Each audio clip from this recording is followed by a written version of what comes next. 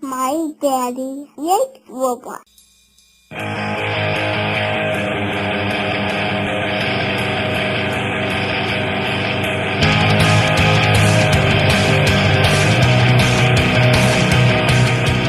everyone, this is Cybertronian Beast, and let's talk Transformers. Well, it's been a very long time since I reviewed a G1 figure, and I think it's about time. One of the more underrated Dinobots. This is Snarl, and he's great. I love Snarl. The '86 animated movie. Where the heck was Snarl? You know? Everybody says he's in there somewhere, he's in the background. I'm like, that's bull. He wasn't in that movie. It's unfortunate because I liked Snarl. He was great. But yeah, anyway, get to the review of Snarl. The Dinobots in a whole were a great bunch of figures. I mean, 5 figures that were completely separate from Autobots and Decepticons. These were dinosaurs, and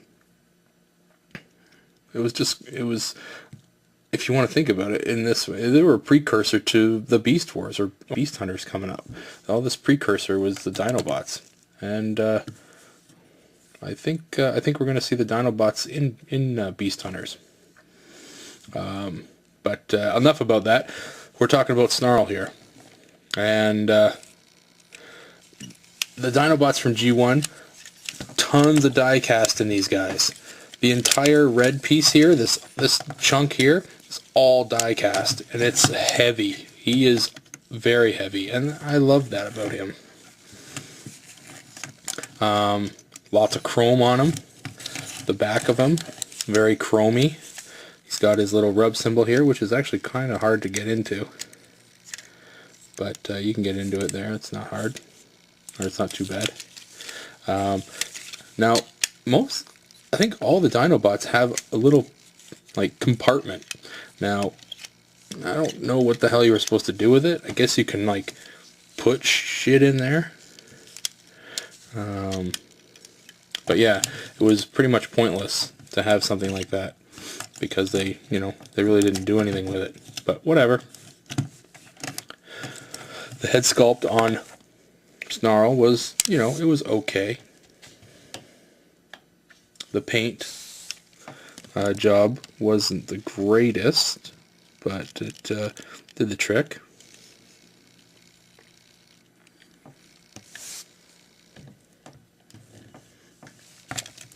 But yeah, no, Snarl was great. All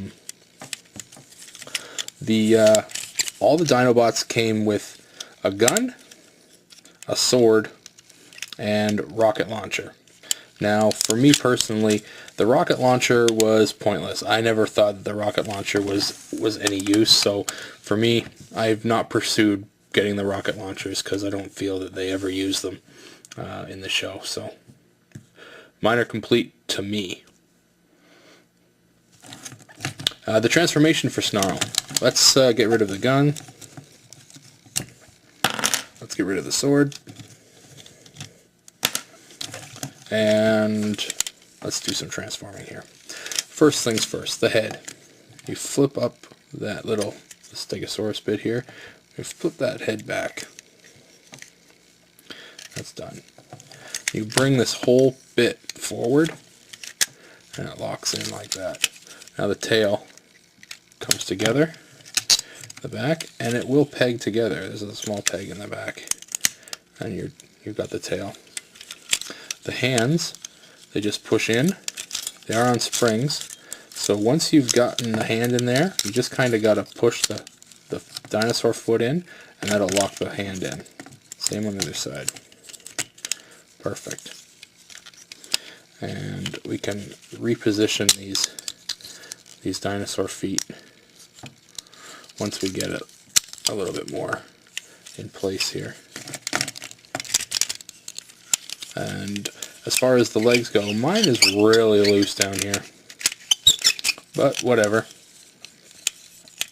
It's 80s, you flip it around like 180, and you fold the legs in on themselves. Now there's a humongous peg hole right there, and that goes on the hip joint right there.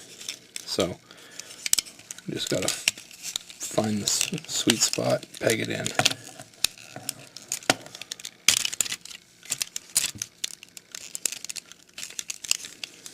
Same on the other side.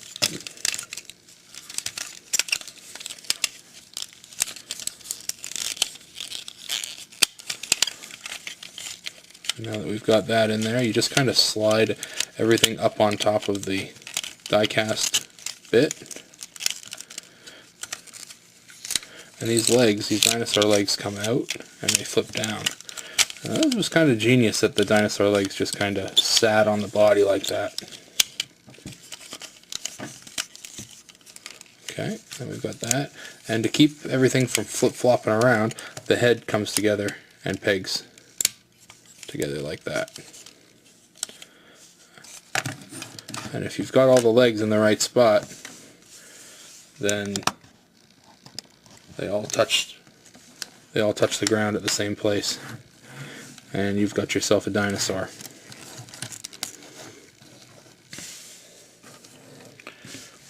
And Snarl looked awesome in dinosaur mode. That thing about G1 toys, why the accessories are so expensive, it's because the damn accessories, the gun and the sword, don't peg in anywhere. So you lose them. But yeah, so you can't peg them in here, they can't peg in there, they can't really sit there. Yeah, so essentially he was just a dinosaur. But he looked good. He looked really good. Very chromy.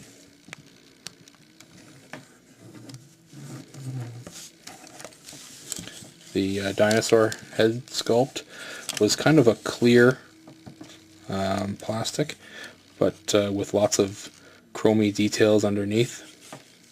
Same with the back legs.